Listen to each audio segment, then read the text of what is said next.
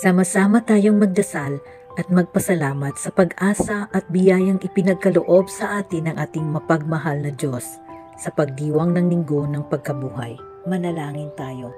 O Diyos naming mapagmahal, sa araw ng linggo ng pagkabuhay, ipinapaabot namin ang aming pasasalamat sa aming kaligtasan at sa biyayang walang kapantay. Sa araw na ito ng pag-asa at pagmamahal, nagpupuri kami sa iyo ng may galak. At sa bawat tibok ng aming puso, ipinagmamalaki namin ang iyong pangalan. Patawarin mo po ang aming mga kasalanan, palakasin mo ang aming pananampalataya, at bigyan mo po kami ng liwanag upang maging tanglaw sa daan. Patnubayan mo kami sa aming lahat ng gawain at adikhain, at ipaalam sa amin ang iyong kagandahang loob sa bawat araw ng aming buhay. Sa pangalan ni Jesus, Amen.